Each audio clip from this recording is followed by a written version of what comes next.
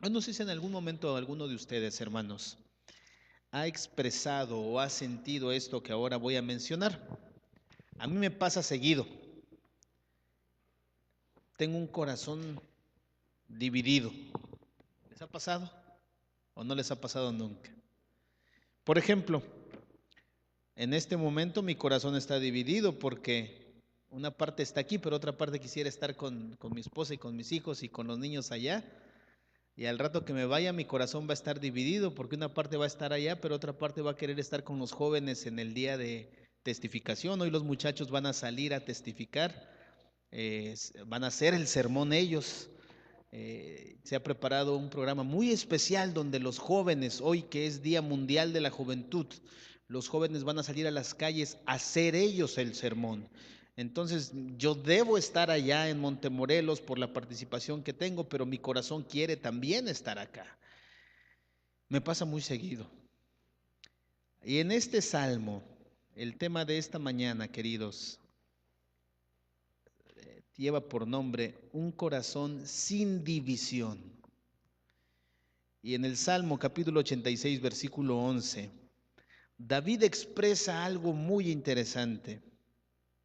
Salmo 86, 11 dice, enséñame, oh Jehová, tu camino, caminaré yo en tu verdad, afirma mi corazón para que tema tu nombre.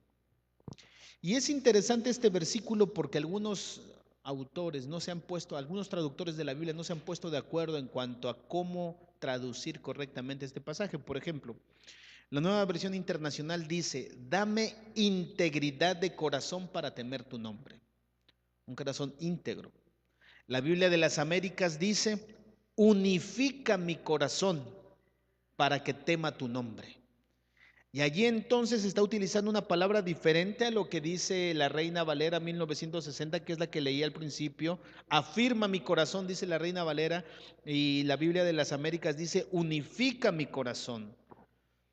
Y la King James Version, la versión en inglés, dice también, une mi corazón para temer tu nombre. Une mi corazón.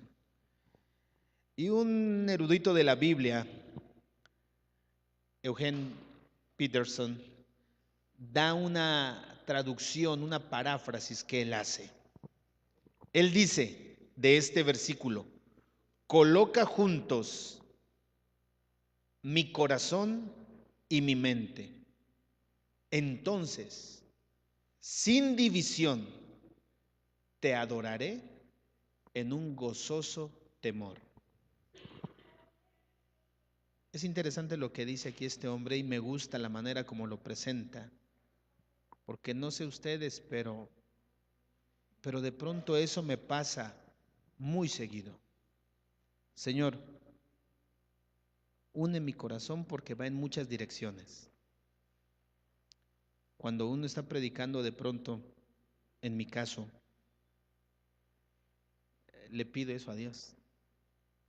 Porque de pronto puedo ver por aquí a alguien que está distraído, alguien allá que está durmiendo, alguien allá que está atendiendo al niño, alguien allá, mis hijos que están inquietos, mi esposa que ya salió. Y yo tengo que estar unificado en un solo propósito. En un solo propósito. Pero esto de unir el corazón tiene más allá que solamente conseguir un propósito. Hermanos, esto tiene que ver con un corazón que no tenga división con el propósito que dice aquí David de que entonces podamos temer el nombre de Dios. Y por supuesto no está hablando de miedo. Dame un corazón sin división para que yo pueda tener una característica, un carácter que vaya de acuerdo a la voluntad de Dios. Nuestro corazón, hermanos, a menudo está dividido y necesitamos de alguna manera en esa situación enfrentar ese momento, ser honestos con Dios, porque en muchas ocasiones nuestros corazones están fragmentados porque estamos divididos en muchas direcciones a la vez. ¿Cuántos de nosotros no hemos venido de pronto aquí al templo y nuestro corazón está fragmentado? Y probablemente el último momento en el que se fragmentó fue justo antes de bajar del auto, de llegar a este lugar, porque hubo una pequeña discusión allí en el auto con la familia, con la esposa, con los hijos, y el corazón se fragmentó. Estoy aquí, pero no quiero estar aquí. ¿Cuántas veces durante la semana nuestro corazón se ha fragmentado por diversos caminos porque el mundo, la sociedad actual no nos ayuda en alguna manera para que nuestro corazón esté sin división delante de la presencia de Dios? Hay situaciones que privan en la vida de nosotros los seres humanos y muchas veces nosotros, en lugar de concentrarnos en los tesoros de la vida, nos concentramos en las chucherías que nos ofrece el mundo.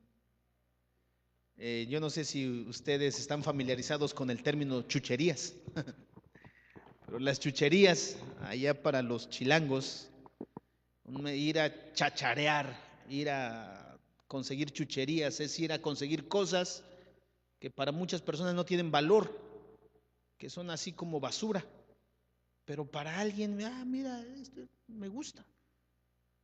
Yo conozco por lo menos una persona que desde el punto de vista psicológico creo que este es un problema, se encarga de acumular todo lo que a otras personas no les sirve. ¿Ya no ocupas esa silla? No, es que mire, está rota, yo me la llevo y la lleva a su casa. Pastor, ¿ya no ocupan esa mueble que está allá afuera en la iglesia? No, hermano, ya lo vamos a tirar. No, no lo tire, yo me lo llevo. Y esta persona que conozco literalmente tiene su casa llena de cosas para las cuales no le da ningún uso. ¿Cuántos de nosotros de pronto, hermanos, llenamos nuestra vida con chucherías y tenemos como consecuencia un corazón dividido, porque nos perdemos de vista los tesoros que Dios nos ofrece a cada uno de nosotros? Ahora bien, ¿cuáles son las marcas? ¿Cuáles serían algunas marcas de un corazón dividido? ¿Qué características tendría un corazón que está dividido constantemente? Yo voy a mencionar 3 solamente.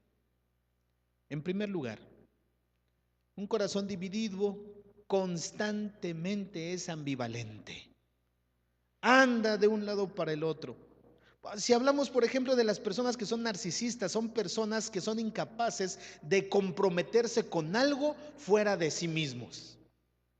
Son personas que saltan de una relación a otra, de un trabajo a otro, de una amistad a otra, de una iglesia a otra, de una persona a otra, sin permanecer en un solo lugar por tiempo suficiente para hacer cualquier cosa. Están con nosotros hoy, pero mañana no están. Me cae muy bien, pastor, pero pasado mañana ya no le caigo tan bien. Tiene una novia y dentro de un mes tiene otra, y cuando les preguntamos, ¿y qué pasó? No, es que no era lo que yo esperaba. Pero esta persona generalmente, queridos, es ambivalente, no tiene un profundo compromiso y probablemente, hermanos, esto hace que permanezcan solos e incluso sin poder casarse por el resto de su vida. Pensando en esta situación y pensando en esto de tener un corazón unificado y que no sea ambivalente, recordé lo que está escrito en el primer libro de Crónicas, capítulo 12. Les invito a que vayamos para allá, por favor. Primer libro de Crónicas, capítulo 12, versículo 32. Primer libro de Crónicas, capítulo 12, versículo 32. De pronto, hermanos, encontramos aquí soldados. Y en este capítulo nos da una descripción de esos soldados de David muy especiales. Y aunque David todavía no era el rey de Israel, la mano de Dios estaba sobre él y él estaba obligado a reemplazar a Saúl tarde o temprano. Así que aquí tenemos una descripción de algunos de esos soldados. Por ejemplo, el versículo 32 dice: de los hijos de Isaacar, 200 principales, entendidos en los tiempos y que sabían lo que Israel debía hacer, cuyo dicho seguían todos sus hermanos. Qué interesante es este versículo. ¿Y cuántos sermones habremos escuchado acerca de este versículo? Entendidos en tiempos y sabían lo que Israel tenía que hacer. ¿Cuántas veces hemos ocupado este texto para decir, hermanos, nosotros deberíamos ser así? Entendidos en los tiempos, en lo que está pasando en nuestro mundo, y al mismo tiempo que nosotros sepamos qué es lo que debemos de hacer. Pero el siguiente versículo es de una tribu no tan conocida, la tribu de Zabulón, versículo 33. Y de la tribu de Zabulón dice lo siguiente: de Zabulón 50,000 que salían a la campaña prontos para la guerra, con toda clase de armas de guerra, dispuestos a pelear sin doblez de corazón. Aquí tenemos a una cantidad grande de soldados, 50,000, que vinieron a David listos para pelear, y dice que venían equipados con su escudo, con sus lanzas, con sus arcos, dispuestos a ir a la batalla. Sin duda eran guerreros, pero esa no era su mejor cualidad. Su mejor cualidad era una lealtad inquebrantable. Y en este texto, en el hebreo, utiliza una forma inusual la palabra no y la palabra corazón. En el hebreo la traducción sería no corazón y corazón. Qué interesante, ¿no? Cuando habla de estos soldados diría, hablando de su corazón, dispuestos a pelear, no corazón y corazón. No doble corazón. No parte de su corazón a Saúl y no parte de su corazón a David. No parte de su corazón queriendo quedar en casa y parte de su corazón queriendo ir a la batalla. No parte de su corazón con valor y no parte de su corazón con miedo. Estos hombres eran capaces de decir a David: estamos contigo, cuando dirijas vamos a seguir, di la palabra y vamos a la batalla, serviremos a tus órdenes y solo a tus órdenes. Hermanos, estos hombres no eran de doble corazón, ellos estaban en un solo camino, no eran ambivalentes. Segunda característica de un corazón dividido: prioridades divididas. En Mateo capítulo 13, Jesús cuenta la palabra acerca de un hombre que salió a sembrar, la parábola del sembrador. Y dice el versículo 7 que parte cayó entre espinos y los espinos crecieron y la ahogaron.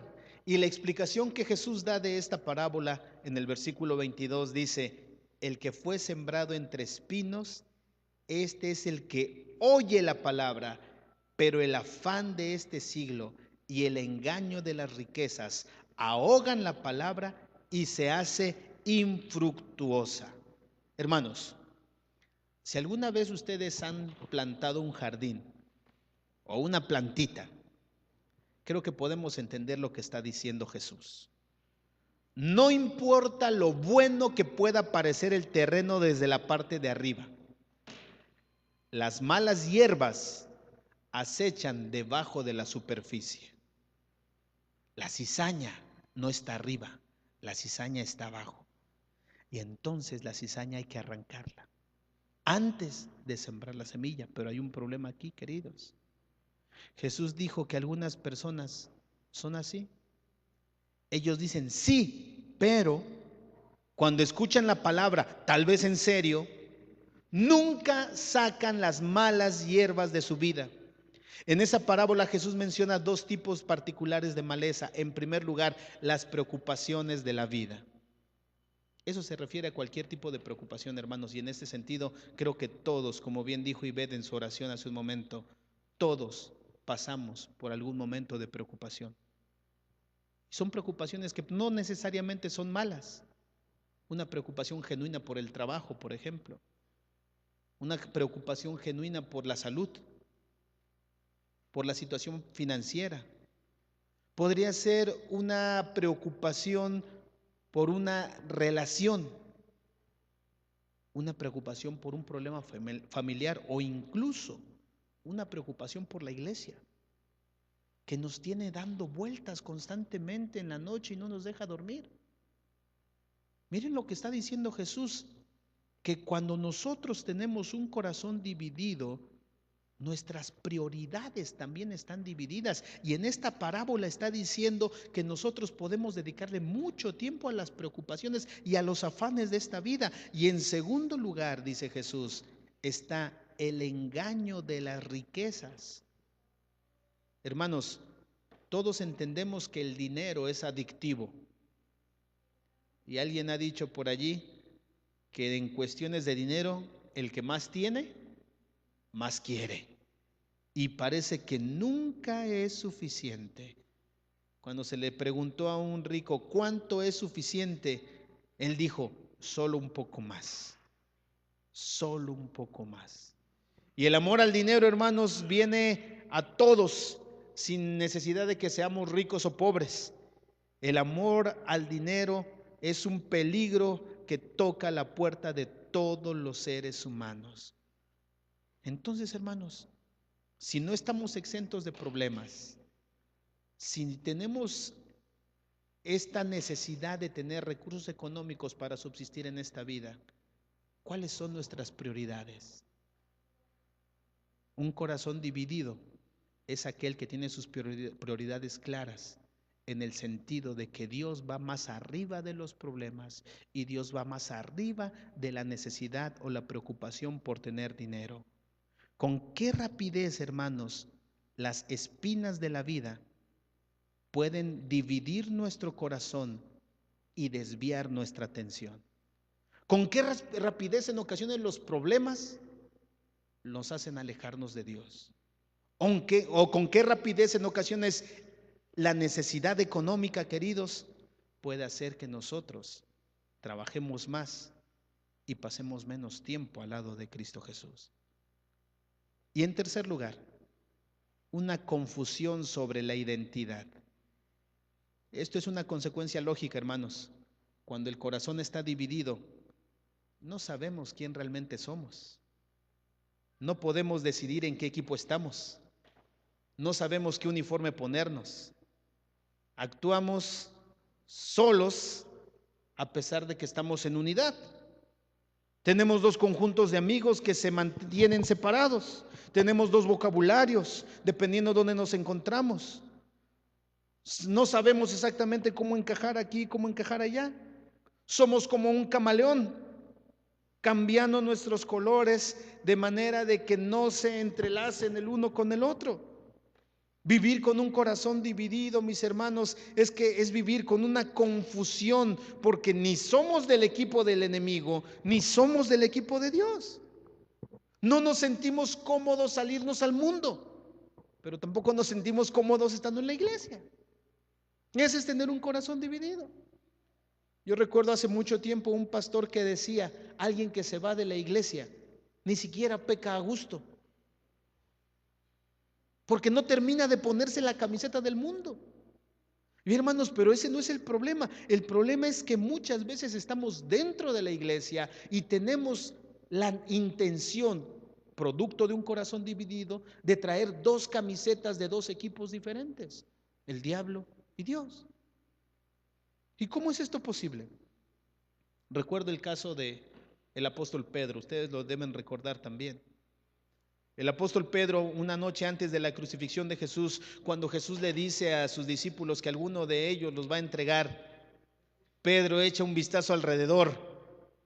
Pedro no estaba muy impresionado con lo que estaba viendo con sus compañeros de cena esa noche.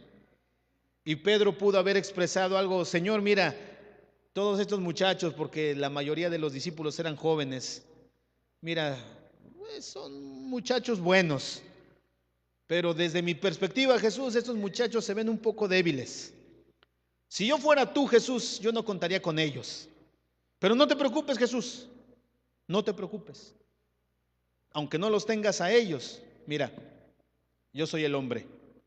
No importa lo que el resto de ellos hagan, ellos probablemente te van a traicionar, Jesús, pero yo te doy mi palabra, Jesús, nunca te voy a dejar.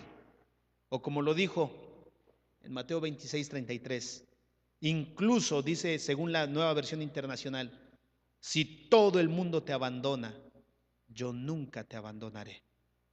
Pero ahora nos trasladamos unas escenas más tarde y encontramos a Pedro enfrentando a una sirvienta, y entonces Pedro tiembla.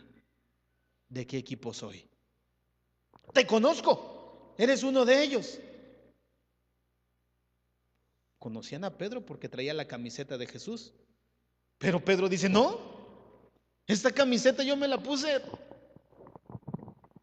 por accidente, traigo otra puesta. Y termina Pedro maldiciendo, poniéndose una camiseta del equipo contrario. Y cuando termina de ocurrir eso, dice la Biblia que Pedro sale y llora amargamente.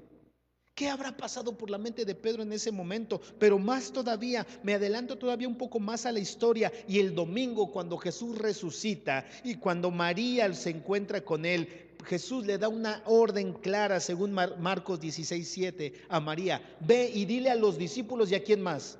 A Pedro.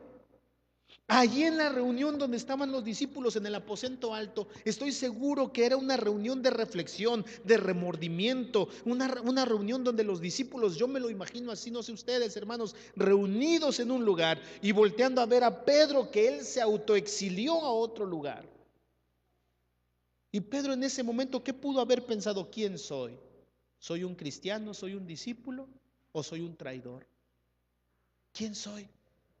Hermanos, cuando tenemos un corazón dividido, cuando nos decidimos jugar en el equipo de Cristo y en el equipo del enemigo al mismo tiempo, nosotros no sabemos quiénes somos, hermanos. Y entonces nosotros tenemos que recordar quiénes somos. Cuando nosotros sabemos quiénes somos, hermanos, es cuando nosotros vamos a tener un corazón unido, sin división. Y termino con el ejemplo de Daniel.